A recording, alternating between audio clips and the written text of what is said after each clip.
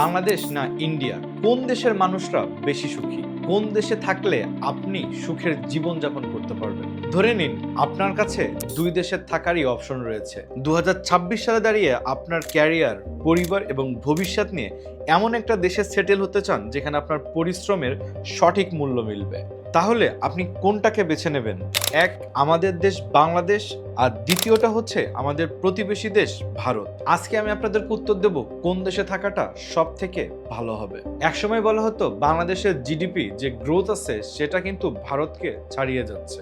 Asia মহাদেশের rising tiger বলা হতো কিন্তু আমাদেরকে। কিন্তু আজ 2026 সালে রিয়েলিটিটা আসলে কি? আপনি যদি একজন মধ্যবিত্ত বা উচ্চ মধ্যবিত্ত মানুষ হন, তবে কোথায় আপনার জীবনযাত্রার মান ভালো হবে? কোথায় মাসের শেষে আপনার পকেটে কিছু টাকা অন্তত জমানো সম্ভব হবে? আজকের ভিডিওতে আমরা ইমোশন বাদ দিয়ে শুধু লজিক আর ফ্যাক্টস দিয়ে বিচার করব।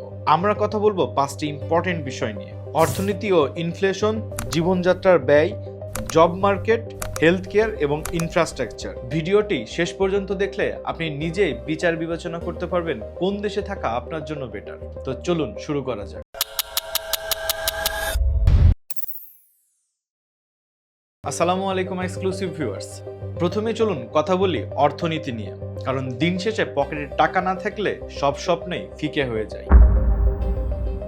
2024 ও 2025 সালের ভেতরে যে বাংলাদেশের অর্থনীতি ও রাজনৈতিক যে পালাবদল হয়েছে, সেটার পর থেকে বাংলাদেশের অর্থনীতি একটা কঠিন সময়ের ভেতর দিয়ে যাচ্ছে।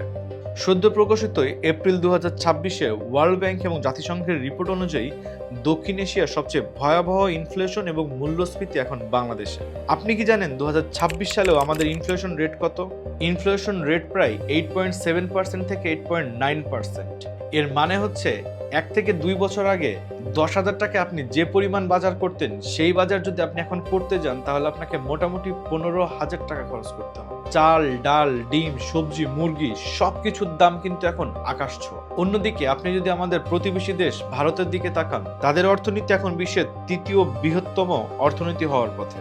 জাতিসংঘের রিপোর্টের মতেই 2026 সালের ভারতের ইনফ্লেশন মাত্র 2.7%। এর অর্থ হচ্ছে ভারতে কিন্তু জিনিসপত্রের দাম অনেকটা স্থিতিশীল। বিশ্বব্যাংকের 2026 সালের এপ্রিলের রিপোর্ট বলছে নিত্য প্রয়োজনীয় জিনিসের দাম বাড়ার কারণেই কিন্তু বাংলাদেশের নতুন করে প্রায় 14 লাখ মানুষ দারিদ্র সীমার নিচে চলে গেছে। পভার্টি রেট বেড়ে দাঁড়িয়েছে 21.4%। কিন্তু কেন এমন হয়েছে? কারণ হচ্ছে আপনার স্যালারি বা আপনার ইনকাম যে পরিমাণ বাড়ছে, তার থেকে বেশি পরিমাণে বাড়ছে আপনার জীবনযাত্রার মান, আপনার খাবারের দাম। সবকিছুর কারণে কিন্তু এই ইম্প্যাক্টটা পড়ছে। আপনি নিজেই আপনার নিজের বুকে হাত দিয়ে বলুন তো, আপনার স্যালারি যে পরিমাণ বেড়েছে অথবা আপনার ইনকাম যেভাবে বেড়েছে, আপনার জীবনযাত্রার মান কি এখন সেই পর্যায়ে আছে, নাকি সেখান থেকে আরো বেশি পরিমাণে বেড়ে গেছে? এবার আসুন জীবনযাত্রার যে ব্যয় আমাদের, সেটা নিয়ে একটা প্র্যাকটিক্যাল হিসাব করি। ধরুন আপনি বাংলাদেশে থাকেন আর আপনার কোনো একটা বন্ধু ইন্ডিয়ার কলকাতাতে অথবা দিল্লিতে বসবাস করে। এখানে কার খরচ বেশি? 2026 সালের গ্লোবাল ডেটাবেসের একটা রিপোর্ট অনুযায়ী বাংলাদেশে থেকে দিল্লির খাবারের কস্ট আসে মোটামুটি 17%-এর নিচে। এর মানে হচ্ছে ঢাকা শহরের খাবারের যে কস্ট বা নিত্য প্রয়োজনীয় জিনিসপত্রের যে দাম, সেটা দিল্লির থেকে 17% বেশি। আর যদি কলকাতার হিসাবে আসি তাহলে সেটা 25 থেকে 30%-এর বেশি। আপনাদের একটা সিম্পল ব্রেকডাউন দিই। ঢাকা শহরে যে ডিমের ডজন আপনাকে মোটামুটি কিন্তু 130 থেকে 140 টাকা ডজনে কেনা লাগে, সেটা যদি আপনি দিল্লি থেকে কিনতে যান সেটা আপনার পড়বে 90 থেকে 100 টাকার ভেতরে। এছাড়া আপনার 1 কেজি টমেটো কেনেন বা আলু কেনেন, সবকিছুর দামই কিন্তু ইন্ডিয়া থেকে বাংলাদেশে অনেক বেশি। এছাড়া আমরা যে ট্রান্সপোর্টে ইউজ করি, সেই দিকেও যদি আপনি নজর দেন তাহলেও বুঝতে পারবেন ইন্ডিয়া থেকে আমাদের দেশের খরচ অনেক অনেক বেশি। কিন্তু কেন আমাদের দেশের সবকিছুর দামই এতটা বেশি? ভারতের কৃষকরা কিন্তু সরাসরি তাদের পণ্য বাজারে বিক্রি করতে পারে। সরকারের অনেকগুলা সাপোর্ট আছে এখানে। আর আমাদের দেশে সেখানে কি হয়? কৃষকের মাঠ থেকে আপনার প্লেট পর্যন্ত আসতেই কিন্তু কয়েকটা ধাপে সিন্ডিকেট আর চাঁদাবাজির কারণেই কিন্তু এই দামটা বেড়ে যায় অনেক বেশি। তবে হ্যাঁ, একটা জায়গায় ঢাকা কিছুটা সস্তা, সেটা হলো রেন্ট বা বাড়ি ভাড়ার দিক থেকে। দিল্লির মতো হাইফাই সিটির সেন্ট্রাল এরিয়ার তুলনায় কিন্তু ঢাকার বাড়ি ভাড়া কিছুটা কম। কিন্তু আপনি যখন আপনার ইনকাম আর খরচের রেশিও মেলাবেন, তখন দেখবেন ঢাকা শহরে একটা বেসিক লাইফ লিড করতে মাসের শেষে আপনার বেতনের পুরোটাই শেষ হয়ে যাচ্ছে। খরচের কথা তো জানলাম, কিন্তু আমাদের এখানে জব মার্কেটের কি অবস্থা সেটা এখন আমরা জানবো। এই 2026 সালে এসে ভারতের যে আইটি সেক্টর, ম্যানুফ্যাকচারিং এবং স্টার্টআপের যে ইকোসিস্টেম, এটা কিন্তু এখন বিশ্বের মধ্যে সেরা ইকোসিস্টেমের মধ্যে একটা। বেঙ্গালুর, চেন্নাই বা পুনের মতন শহরগুলো কিন্তু এখন সিলিকন ভ্যালি অফ এশিয়া বলা হয়। গুগল, মাইক্রোসফট থেকে শুরু করে বিশ্বের সব বড় বড় কোম্পানির হাবই কিন্তু এখন সেখানে রয়েছে। আপনি যদি একজন স্কিলড সফটওয়্যার ইঞ্জিনিয়ার হন অথবা ডেটা সায়েন্টিস্ট বা কর্পোরেট প্রফেশনাল হন, ভারতে আপনার ক্যারিয়ার গ্রোথ এবং স্যালারি স্কেল হবে কিন্তু ওয়ার্ল্ড ক্লাস। ভারতে শুধু তামিলনাড়ু রাজ্যের জিডিপির গ্রোথই কিন্তু এখন দেখার মতন পর্যায়ে। এখন আসি আমাদের বাংলাদেশকে নিয়ে। আমাদের দেশের অর্থনীতির সবথেকে বড় খুঁটি কিন্তু এখনো এই আরএমজি সেক্টর বা গার্মেন্টস সেক্টর, এবং এরপরে রয়েছে রেমিটেন্স। আমাদের দেশের তরুণরা কিন্তু ফ্রিল্যান্সিং এ দারুণ করছে।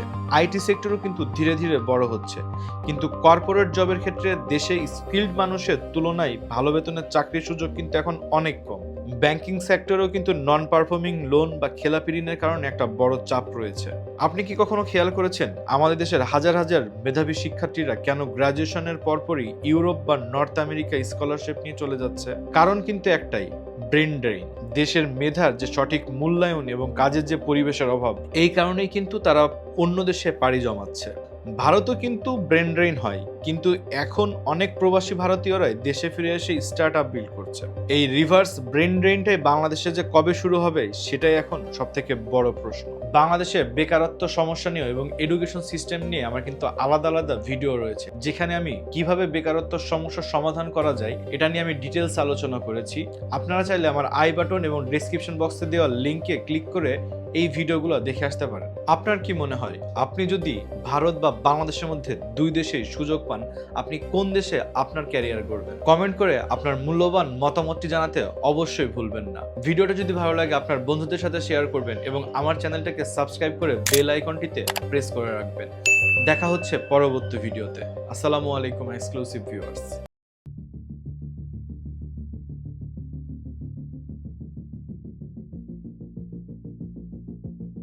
দেখি যে আমার এক হাতে আছে 500 টাকা আর এক হাতে আছে সার্টিফিকেটের ফাইল, কোনটা সবথেকে বেশি গুরুত্বপূর্ণ?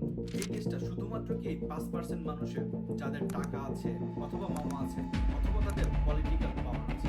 বাকি এই বেকারত্ব থেকে কিভাবে আপনি মুক্তি পাবেন? পড়াশোনা করবেন, আপনার বেকার থাকার সম্ভাবনা কিন্তু তত বেশি। কিন্তু আপনি যদি আরেকদিকে দেখেন, আপনার